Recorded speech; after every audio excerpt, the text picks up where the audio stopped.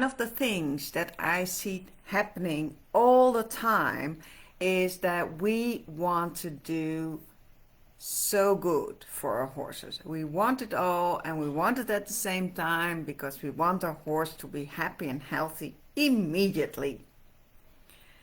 That's not how real life works.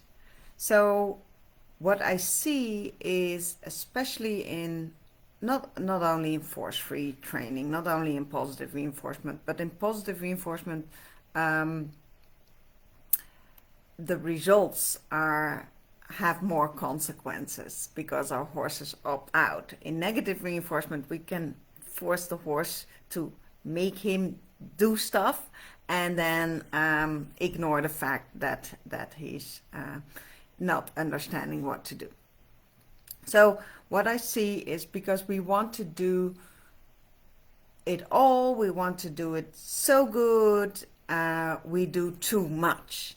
And when we do too much and we offer our horses a lesson program that contains everything, we are working on multiple criteria simultaneously, and we ending up confusing our horse.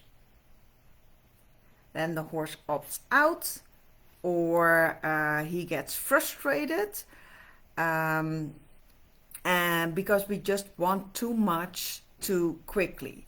And the other pitfall that has a lot to do with this, doing it perfectly right away, is that we don't start where our horse is at. If our horse is not ready to offer trot, don't ask him to do so, because that doesn't work with force-free positive reinforcement training. We have to set him up so that he wants to offer it, so that it's clear that he can offer it. We make it easy for him to offer the trot, and then we can reinforce it so that we can get more of that. So what can we do about that? So the pitfall is lumping. We make the steps too big, too many criteria, or we raise our criteria too quickly for the horse, because it's always about the learner. How is the learner experience the lesson? So lumping means that we make big lumps instead of splitting the behavior. So instead of working on trot and doing the bend in the corner correctly, just focus on a little bit of a more active walk. And how we can do that is, for instance, paying attention to the hind legs of the horse. If he steps under his mass, if he puts his hind leg more towards his navel, then we know he's starting to carrying himself, and that is a prerequisite for getting a beautiful transition, for getting a more collective gait, and so on. So it starts really small. Work on one thing, and then once your horse offers that consistently, put a cue on behavior, and then go focus on another criteria. Let's see. Too much on multiple criteria, that confuses a horse. So if we focus on one thing, if we focus consistently, for instance, on walking, then a horse knows, okay, we're in this environment with this setup, she wants me to walk. So that will be his answer. Oh, you have set this up, let's start walking, because that's the behavior that has been reinforced in this kind of setup. Same goes for trot and later on canter. So make it really clear for your horse what he can do to get his reinforcement, to get his appetitive. Let's go back. We want too much too quickly, and we're not starting where our horse is at. If we think we have to let a horse trot in order to burn off calories, to get his insulin down and his hormones in balance, but he's not there yet, it's way better to focus on a walk and an active walk, which will lead to a trot, than just focusing on a trot when he has no idea that we want that or he's reluctant. So what I do see people do is they are cueing their horse. They say trot, trot, trot, trot. But actually that behavior is not on cue, because the trainer is saying trot, but the horse is doing walk. And if that happens consistently, what do you think the horse associates that word with? Just a thing to think about. So adding cues, you do that after a specific behavior is offered consistently, and then you add the cue in positive reinforcement training, and then you can start using that cue in different contexts.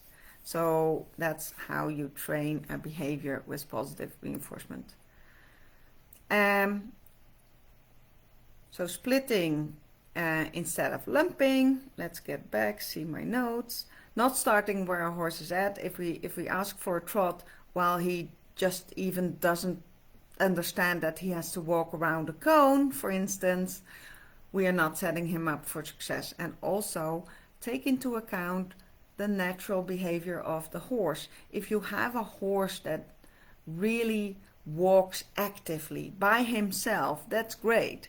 But often, and that was the pitfall that I made, is I wasn't starting where my horse was at. If you have an energy saving horse or a horse that just has shorter legs, then it seems that they are walking slowly, or when they have really long legs, it can seem that they walk slowly, but in fact they are walking the pace that is natural to them.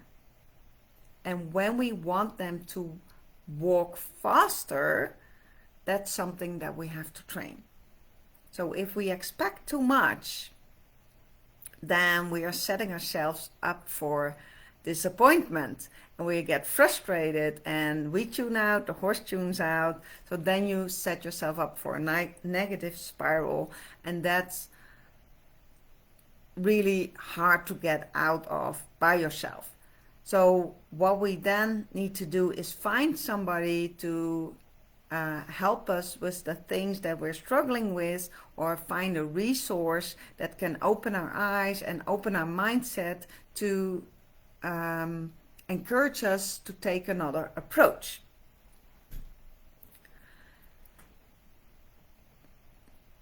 Because when you're on your own and you're making like a mistake, or you're thinking like, oh, the horse is offering this, so then I do this, and then the horse does that. But then when you look back, you realize he's opting out, he's getting frustrated, he's getting bored, and then it's really, really hard to get out of that negative spiral. So my number one tip is then find some inspiration. The best thing is to find an outside pair of eyes, a new pair of eyes that has a fresh look at what you're doing, and then that person can help you see what you're doing, so that you can open your perspective and see it from literally a new side, so that you can start doing new things and get new results.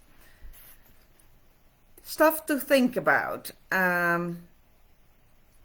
So if your horse is bored or tuning out, it's time to do something different.